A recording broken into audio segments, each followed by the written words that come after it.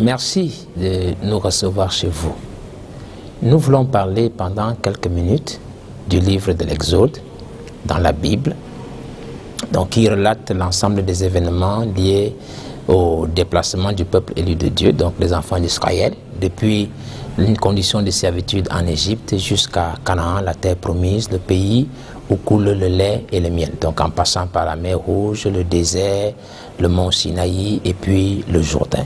L'intérêt en fait de ce périple, donc de ce voyage, cet exode pour nous, c'est qu'il nous révèle une puissante clé spirituelle à 3 tours qui nous permettra d'ouvrir toutes les portes du succès dans notre vie, et ce dans tous les domaines, que ce soit premièrement spirituel, professionnel, académique, social ou même amoureux. Donc regardons donc ensemble pendant quelques minutes cette petite clé.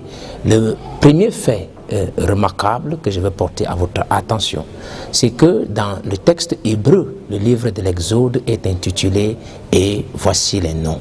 Et ces noms, ce sont les noms des fils d'Israël représentés par les 12 patriarches. Et vous constaterez que le nom de chacun de ces patriarches, donc qui a été donné par leur mère au moment des douleurs de l'enfantement, donc pendant qu'elle accouchait, en fait correspond, fait mystérieux, à une portion de terre dans la terre promise, donc dans le pays de Canaan. Je vous prends un exemple simple qui est celui de Benjamin. Donc dans Genèse chapitre 35, quand la maman de Benjamin, dont Rachel, avait mis au monde son fils, était dans d'affreuses douleurs et elle en est même morte par la suite, et elle a appelé son fils Ben-Oni, ça veut dire fils de ma douleur, ce qui a été remplacé plus tard par Jacob le père en Benjamin, ça veut dire fils de ma droite. Et quand vous voyez donc dans la carte d'Israël originelle, bien entendu, le territoire de Benjamin, c'est à l'intérieur que se trouvait Jérusalem. Et à Jérusalem, il y a 2 éléments remarquables qui sont Golgotha, et c'est à Golgotha que le Fils de Dieu est venu être crucifié, qu'il a subi toutes les douleurs pour toute l'humanité, qu'il a porté la peine du monde, le péché du monde. Et donc vous voyez directement la correspondance avec Ben-Oni, qui est ce fils de ma douleur. Et c'est toujours dans ce Jérusalem que se trouvait le trône de David. Et ce trône de David est la chose qui représente le plus la puissance de Dieu qui devait à nouveau s'établir sur la terre. Donc une correspondance directe avec le nom Ben-Oni, fils de ma douleur, Golgotha, et Benjamin, fils de ma droite, le trône de David à Jérusalem. Et donc en fait, donc cet exode dont nous parlons, en fait, qu'est-ce qu'il représentait? C'était juste que l'exode pour chacune de ces personnes-là, c'était que chacune d'elles retournait en fait à sa position originelle. C'était le retour en fait à leur identité véritable, à leur véritable nature. Et j'espère que vous comprenez ce que ça implique pour nous aussi. En clair, la définition même du mot succès, en fait, quand nous disons que nous avons réussi, nous avons trouvé notre terre promise, à quoi est-ce que ça correspond? C'est juste quand nous retrouvons notre identité véritable, quand nous retrouvons notre nature profonde, quand les choses commencent à nous arriver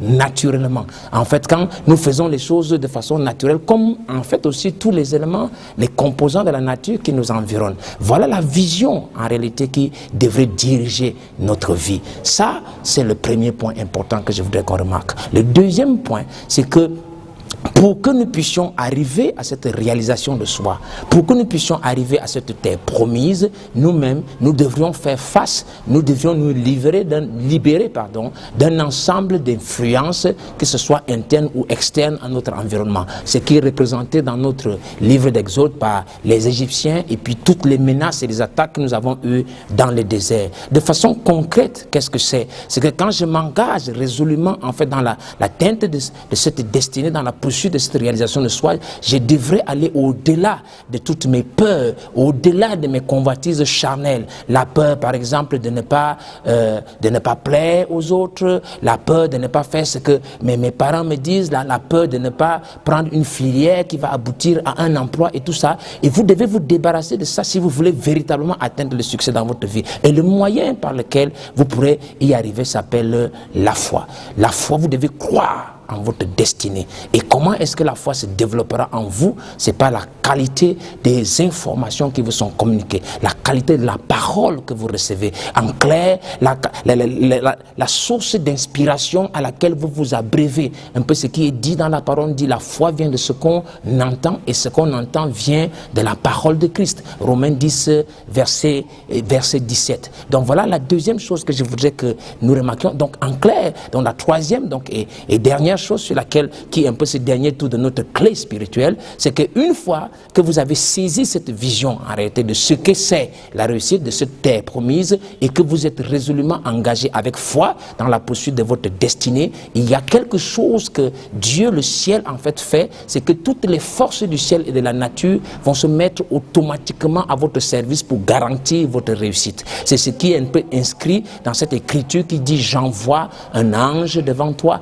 dans l'Exode. Et qu'est-ce que c'est un ange? C'est une onction, c'est une puissance qui va nous accompagner. Et donc quand vous voyez par exemple un oiseau, si un oiseau décide de vivre conformément en fait à sa nature profonde, vous allez vous rendre compte que les éléments, donc en l'occurrence le vent, va se transformer et devenir son allié le plus sûr. De la même manière aussi pour un poisson qui se trouve dans l'eau, et c'est ce que confirme l'écriture dans Proverbes chapitre 16 verset 7, où il est dit que quand l'Éternel approuve les voies d'un homme, il dispose favorablement à son égard même ses ennemis. Et donc qu'est-ce que nous disons donc en conclusion? C'est que pour que vous puissiez être sûr de réussir dans votre vie, pour quel que soit le domaine dans lequel vous êtes, la première chose avant de vous engager, c'est d'abord d'identifier et d'accepter votre véritable vous.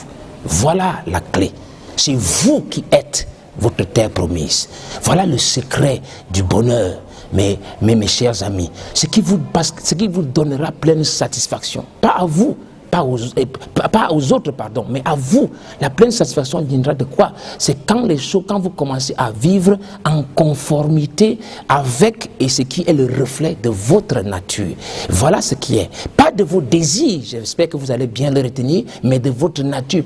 Quand vous vivez ce qui vient en conformité avec et qui est le reflet de votre nature, c'est ce qui vous donne pleine satisfaction. Voilà votre terre promise. Et je vais chuter en vous disant ceci: nous sommes des croyants et nous savons que le fondement en réalité de l'univers, c'est sur la parole de Dieu. Mais quel est le but ultime même de l'évangile? Quel est le but de la Bible, des prophètes, des prophéties et de tous ces messages de l'heure sur lesquels nous nous asseyons et que nous prêchons aujourd'hui? Ce but-là, c'est quoi? C'est de révéler et d'exprimer, parce que c'est ça le mystère même de Dieu, c'est de révéler et d'exprimer cette nature mystérieuse, cachée, divine qui se trouve en vous. En fait, voilà la réalité. Et permettez-moi de vous dire une chose, véritablement de cœur à cœur. La meilleure chose, la plus belle chose qui puisse jamais vous arriver dans votre vie, c'est vous. Vous êtes unique, vous êtes irremplaçable, vous êtes exceptionnel. Et la parole a raison. Et j'aime tellement l'écriture. Il y a une telle poésie dans cela. Je crois que c'est Psaume 139, verset 14. Il est dit que je te loue de ce que tu as fait de moi une créature si merveilleuse.